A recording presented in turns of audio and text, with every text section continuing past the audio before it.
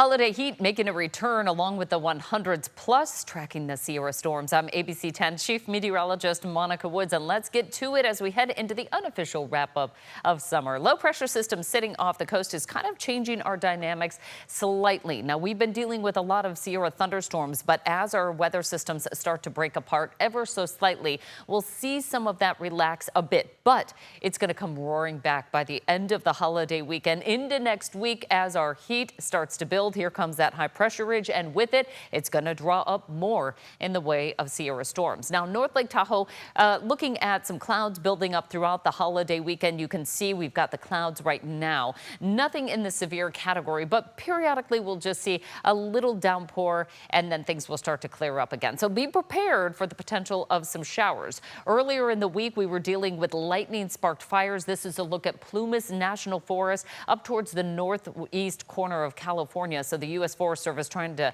attack those as quickly as possible, but you can see numerous spots here and a lot of dry brush as well. We've gone over 100 days without wetting rain, so keep campfire safety top of mind. Check burn restrictions.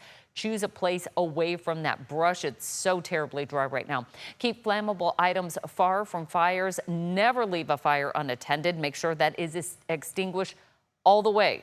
Anything that's just kind of smoldering can once again start to be flammable. And keep water nearby. That's a great way to, if you see just an ember fly, you just put that out immediately. Preventing a spark. Keep vehicles off of dry grass. This is a big reminder, especially this time of year. Watch for dragging vehicle parts. If you're towing a camper, a trailer, or even a boat, if you have that chain dragging on the ground, it can send a spark over to the dry grass, which is typically bordering all those roadways. Mow lawns, not dry grass or weeds, and properly dispose of cigarettes and matches. All right, let's take a look at that smoke forecast. We got a couple big fires burning here throughout California. The Garnet Fire in Fresno County, that's going to be in the Sierra National Forest. That's been putting off a lot of smoke. It's just kind of moving into the lower elevation. So Fresno County actually dealing with some of that particulate matter. Hazy skies pretty much blanketing the entire state heading into the weekend, with air quality taking a hit. So just be prepared. Some areas will be dealing with unhealthy for sensitive groups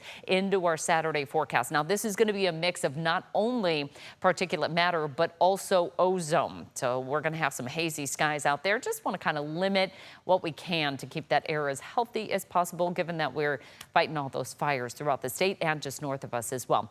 It has been over 150 days without a significant wetting rain. We have to go all the way back to last March 30th when we picked up more than 1/10 of an inch of rain.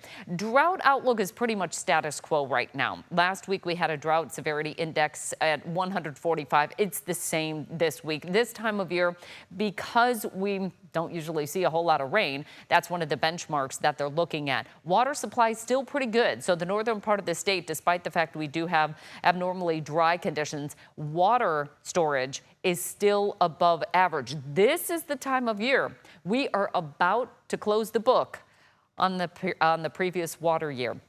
We're also at the tail end of when water has been at its highest demand, and heat has been one of the highest that we've seen all year. Now, September can still be one of the hottest months of the year, so we still have a little bit to go. But here you see that monsoonal moisture. We actually saw measurable rain for the Tahoe Basin over the past several days because that monsoonal flow was so rich.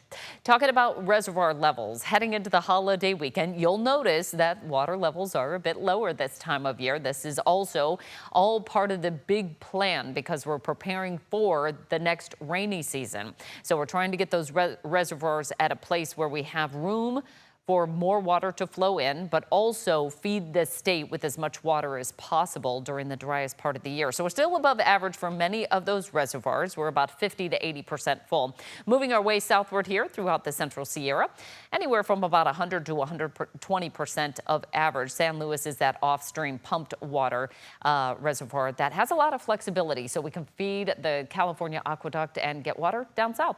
Here's a look at the timeline. Now, in the average category, you can see the shaded blue. This is where we were for this year. Again, it's been a really good water year for us with above average conditions during the peak part of the inflow. As far as our outflow, it is continuing at a trickle. We're not really seeing these huge flows come out of any of our reservoirs, but because releases are happening, Downstream rivers are still pretty chilly. They haven't really warmed up too much. We're still sitting at about 55 to 70 degrees for many of those rivers. Those 50 and 60 degree temperatures, that's enough to kind of get that breathing distorted a little bit. You know, you might find some trouble getting into the water and it might take your breath away for just a second, as well as muscle control. Just be aware, want to make sure that you have that life vest and you're swimming with others, and everybody is keeping an eye on everybody, because again, those waters still remain quite dangerous. So a couple of water precautions.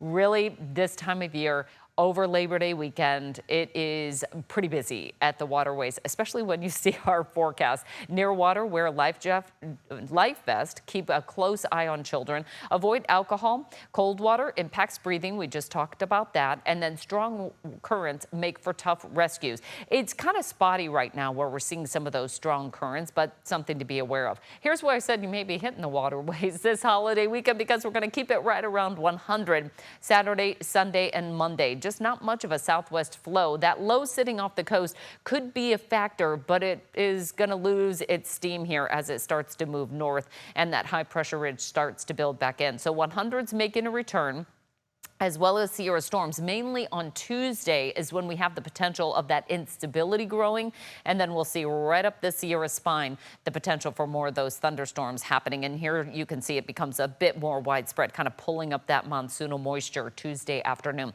So mostly we're going to get through the holiday weekend without a huge severity of those storms developing in the Sierra.